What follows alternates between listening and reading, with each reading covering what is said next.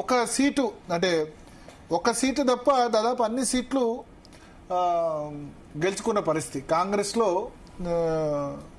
బహుశా కాంగ్రెస్కి ఒక సీటు వచ్చింది అనుకుంటా మహబూబ్నగర్ జిల్లాలో, అంతే.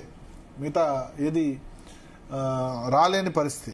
అటువంటి జిల్లాలో మొన్న రెడ్డి పోలరైజేషన్ జరిగింది. మహబూబ్నగర్ జిల్లాను కొత్త Reddy dominated district. Reddy polarisation జరిగి రెడ్డిస్ పోలరైజేషన్, ప్రభుత్వం మీద ఉన్న వ్యతిరేకత ఇవన్నీ కలిసి వచ్చి ఎమ్మెల్యేల మీద ఉన్న వ్యతిరేకతతో రేవంత్ రెడ్డి సొంత జిల్లా కావడం, పిసిసి అధ్యక్షుడు కావడం.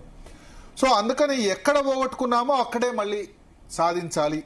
తెలంగాణ వాదం ఒకటి పోయింది, తెలంగాణ వాదం పార్టీ అన్నది ముద్రపోయింది. కాబట్టి మళ్ళీ కోర్ తెలంగాణ వాదానికి రావాలి, మళ్ళీ చంద్రబాబును తిట్టాలి, మళ్ళీ ఆంధ్ర సంబంధించి ప్రాజెక్టుల విషయం లేవనెత్తాలి. ఇది భారత రాష్ట్ర సమితిగా మారినప్పుడు ఇవన్నీ విమర్శలు చేయలేకపోయారు.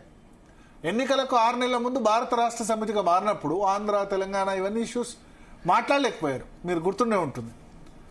మాట్లాడకపోవడం వల్ల ఆంధ్ర ఓటు వచ్చింది, నార్త్ ఇండియన్ ఓటు వచ్చింది, కానీ ఉన్న తెలంగాణ ఓటు పోయింది.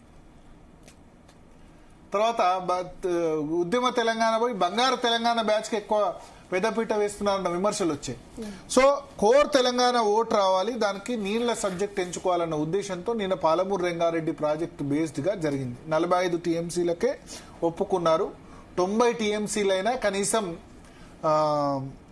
నీళ్లు మేము దాన్ని అలకేట్ చేయిద్దాం అనుకుంటే 40 టీఎంసీలకు ఒప్పుకోవడం అన్న సబ్జెక్టు మీద త్వరలో సభలు పెట్టబోతున్నారు. కేసీఆర్ వస్తే ఏదో ఆషామాషిగా రాడు, సభ పెడితే డెఫినెట్ గా 1,00,000 మంది అయినా సభ, ఆయన భారీ బహిరంగ సభలకు కేసీఆర్ పేరు. ఒకప్పుడు అనేవాడు కేసీఆర్ మాట్లాడేటప్పుడు, మా సభలకు వచ్చే దానిలో జనాల్లో పల్లి బఠానీలు అమ్ముకునేందుకు ఎంతమంది వస్తారో కాంగ్రెస్ సభలకు లేదా మిగతా ప్రతిపక్షాల సభలకు అంతమంది వస్తారు, మా దాంట్లో పల్లి బఠానీలకు వచ్చేంత జనం ఎంత ఉంటారో వీళ్ళ సైడు అంత ఉంటారు అని చెప్పి ఆయన చెప్పేవాడు. సో భారీ బహిరంగ సభ పెట్టబోతున్నారు. అది ఎప్పుడన్నది డేట్ ఏం చెప్పలేదు మీరు, మళ్ళీ రేపే పెడతా లేదా 10 రోజుల్లో పెడతా అని కాదు, దానికో 1-2 నెలలు సమయం తీసుకుంటారు. సో పబ్లిక్ అపియరెన్స్ కు మధ్య గ్యాప్ తీసుకుంటారు కేసీఆర్. సో ఈలోపు ఒక ఒత్తిడి తెచ్చే ప్రక్రియ. మహబూబ్ నగర్ లో సభ పెడతాం, రంగారెడ్డిలో సభ పెడతాం అని చెప్పారు, పాలమూరు రంగారెడ్డి. సో పాలమూరులో ఒక సభ, రంగారెడ్డిలో ఒక సభ పెట్టొచ్చు. నీళ్ల ఇష్యూను టేకప్ చేసిన రీజన్ కూడా నేను చెప్పాను. సో వాటర్ ఇష్యూ వచ్చేసరికి పాలమూరు ఇప్పుడు ప్రభుత్వం సంబంధించి పాలమూరు రంగారెడ్డి ప్రాజెక్ట్ ఏ స్టేటస్ లో ఉంది ఏంది అన్నది చెప్పలేని పరిస్థితి. ఎందుకంటే కృష్ణా ట్రిబ్యునల్ సంబంధించిన తుది తీర్పు రావాలి. ఇప్పుడు రాష్ట్ర విభజన తర్వాత మళ్ళీ కృష్ణా ట్రిబ్యునల్కి తెలంగాణ ఆంధ్రప్రదేశ్ మధ్య నీళ్ల విభజనకు సంబంధించి చెప్పింది. ఇదే సమయంలో చంద్రబాబు నాయుడు ఇప్పుడు మొన్నటి వరకు బనకచెర్ల అన్నారు, ఆ తర్వాత ఇప్పుడు దాన్ని పోలవరం నల్లమల సాగర్ అని చెప్తున్నారు.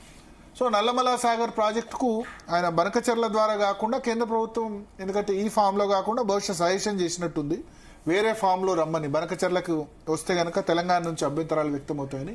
సో ఆ నల్లమల సాగర్ ను ఓకే చేయించుకునే ప్రయత్నంలో ఉన్నారు.